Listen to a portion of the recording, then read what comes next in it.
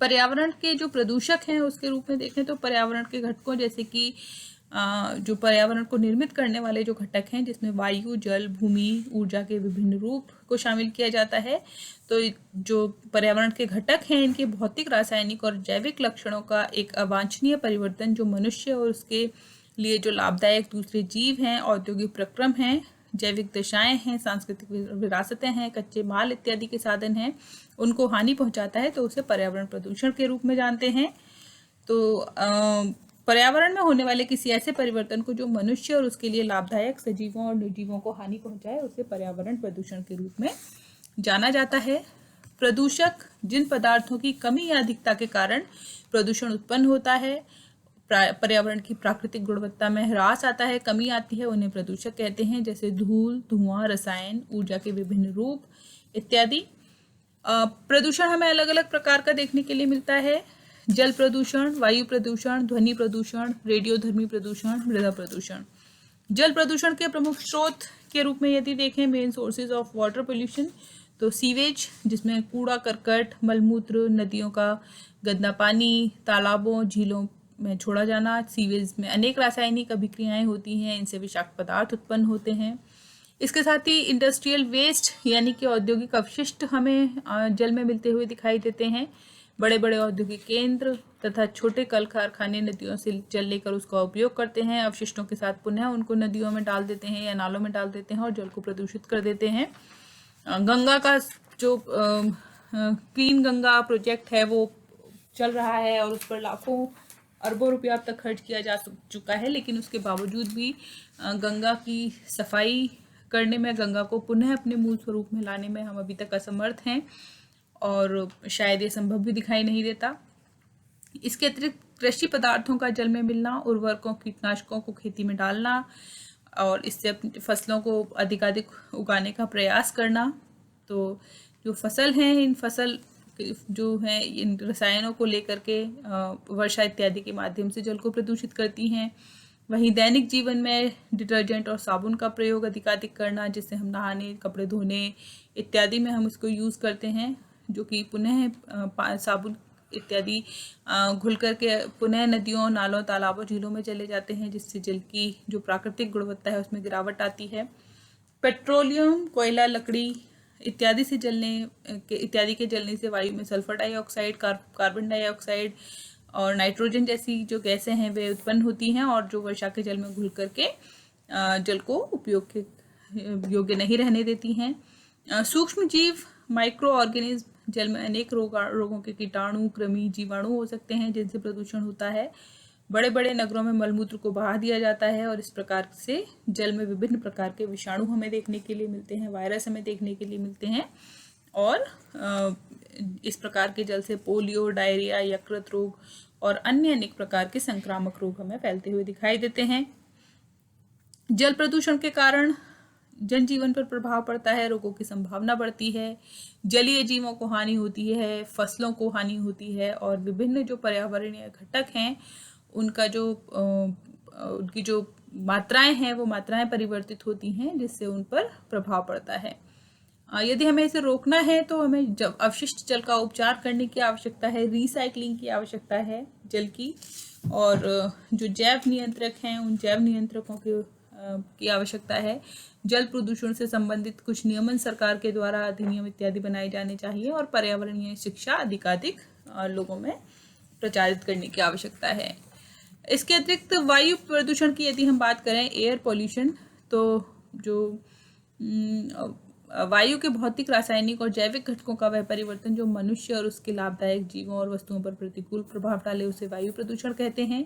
वायु में प्रकृति के द्वारा ऑक्सीजन, नाइट्रोजन और कार्बन डाइऑक्साइड का एक संतुलन बना रहता है, लेकिन वर्तमान में यदि हम देखें तो घरों और जो कारखाने इत्यादि हैं उनसे निकलने वाला धुआं, गैस और ये वातावरण में मिलकर के जो वायु का जो कंपोजिशन है उस कंपोजिशन को सतत अव्यवस्थित करते जा रहे हैं, जिससे जो मनुष्य और अन्य जंतुओं, इमारतों और दूसरी वस्तुओं पर प्रतिकूल प्रभाव पड़ रहा है और वायु प्रदूषण की जो समस्या है वो हमें देखने के लिए मिल रही है।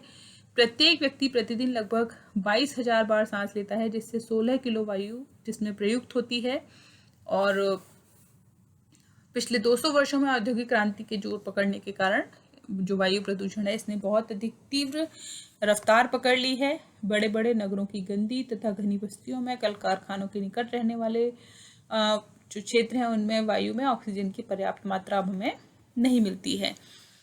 तो जो वायु प्रदूषण है इसके कारणों को 2 भागों में बांट सकते हैं, मानव जनित प्रदूषक और प्राकृतिक प्रदूषक।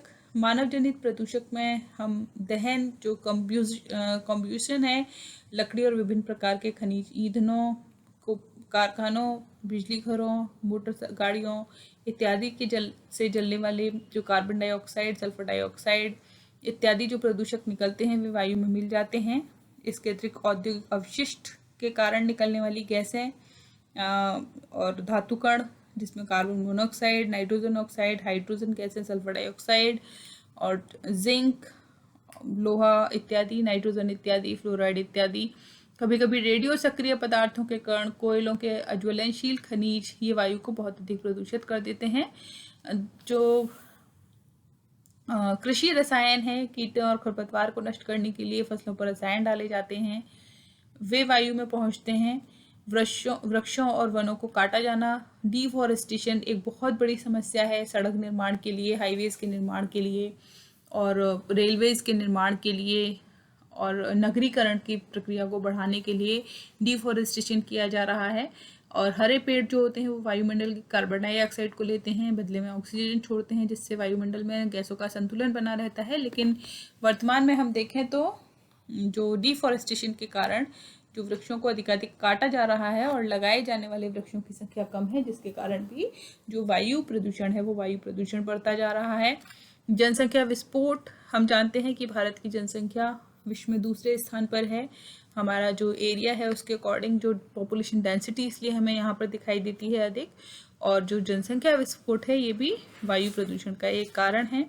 तो ये मानव जनित प्रदूषक हैं। इसके अतिरिक्त प्राकृतिक प्रदूषक या नेचुरल पॉल्यूटेंट्स में यदि हम बात करें तो कुछ हमें नेचुरल पॉल्यूटेंट्स दिखाई देते हैं, जैसे परागकण, कवक, निम्नतर पौधों के बीजाणु, ज्वालामुखी, पर्वतों से निकलने वाली गैसें, तटीय प्रदेश में नमक के अत्यंत सूक्ष्म कण इत्यादि प्राकृतिक रूप से वायु में आकर मिल जाते हैं। तो वायु प्रदूषण का जनजीवन पर प्रभाव देखें तो कार्बन डाइऑक्साइड की अधिकता के कारण धीरे धीरे जो रेशियो है इन गैसेस का वो बदल रहा है, और यदि ये अधिकता अधिक होगी तो हम पृथ्वी पर नहीं रह पाएंगे। कार्बन मोनोऑक्साइड की वृद्धि जो होती है वो कार्बन, जो मोटर गाड़ियां हैं, औद्योगिक संयंत्र हैं, चूल्हे, सिगरेट के धुएं इत्यादि से ये गैस निकलती है, और ये गैस सांस की क्रिया में, श्वसन की क्रिया में रक्त के हीमोग्लोबिन के साथ मिलकर के जो ऑक्सीजन हमारी बॉडी में घूमती है उसकी कार्यवाही को रोक देती है, और शरीर की सभी कोशिकाओं को पर्याप्त मात्रा में ऑक्सीजन नहीं मिलने के कारण थकान, सिर दर्द और आलस्य, दृष्टि संवेदनशीलता की कमी, हृदय रोग इत्यादि विकार उत्पन्न होते हैं, और इनकी अधिकता से मृत्यु भी हो सकती है। सल्फर डाइऑक्साइड की वृद्धि होती है जिसके कारण मनुष्य की श्वास की नली में खराश उत्पन्न होती है, फेफड़ों को हानि पहुंचती है। डस्ट पार्टिकल्स हवा में उत्पन्न होते हैं जिससे श्वसन क्रिया में बाधा उत्पन्न होती है, फेफड़ों में जम जाते हैं ये कण और सांस संबंधी जो बीमारियां हैं उनको जन्म देते हैं। ओजोन लेयर हमारी इससे कमज़ोर हो रही है। ओजोन की उपस्थिति में पेड़ पौधों की पत्तियां अधिक तेजी से सांस लेती हैं, उन्हें भोजन की कमी होती है और वे प्रकाश संश्लेषण नहीं कर पाती, जिससे वायु अशुद्ध हो जाती है। और जो ओजोन है ये हमारे सिर दर्द के लिए और वॉमिटिंग के लिए रिस्पॉन्सिबल होती है।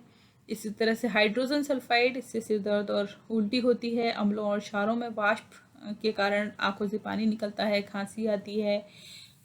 तो ये कुछ वायु प्रदूषण के प्रभाव हैं जनजीवन पर। यदि हमें इसको रोकना है तो अवशिष्ट उपचार की आवश्यकता है। जो भी नए उद्योग लगाए जाएं उनमें उपचार संयंत्र लगाया जाना चाहिए, जिससे वायु और जल में अवशिष्टों की ऐसी निश्चित मात्रा ही जा सके जो कि हानिकारक नहीं हो। जो भी हानिकारक अवशिष्ट हैं उनको पहले ही इनसे निकाल लिया जाना चाहिए। प्रदूषण नियंत्रक उपकरण लगाए जाने की आवश्यकता है। विद्युत फिल्टर जैसे प्रदूषक नियंत्रक उपकरणों के उपयोग से काफ़ी हद तक वायु प्रदूषण को रोका जा सकता है। ऊंची चिमनियां लगाकर पृथ्वी पर होने वाला जो प्रदूषण है उसको कम किया जा सकता है। ईंधनों की शुद्धि, यदि ईंधन से हम गंधक निकाल दें, ईंधन का गंधीकरण करने से सल्फर डाइऑक्साइड जैसे प्रदूषक निकलने की संभावना समाप्त हो जाती है। इसी तरह परंपरागत ईंधनों को न जलाकर आधुनिक ईंधन जैसे प्राकृतिक गैस, विद्युत इत्यादि का प्रयोग करने से कम वायु प्रदूषण होगा।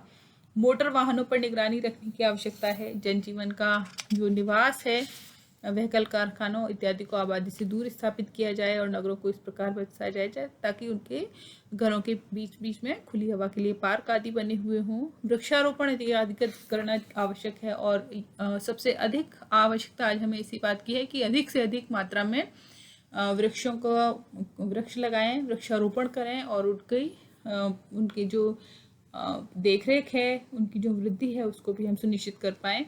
वायु प्रदूषण के प्रति जागरूकता और शिक्षा देने की लोगों को आवश्यकता है। छात्रों और आम जनता को पेड़ पौधों के महत्व और वायु प्रदूषण के नियंत्रण के उपाय बताने चाहिए। छात्रों में बागवानी का शौक बढ़ाने का प्रयास किया जाना चाहिए।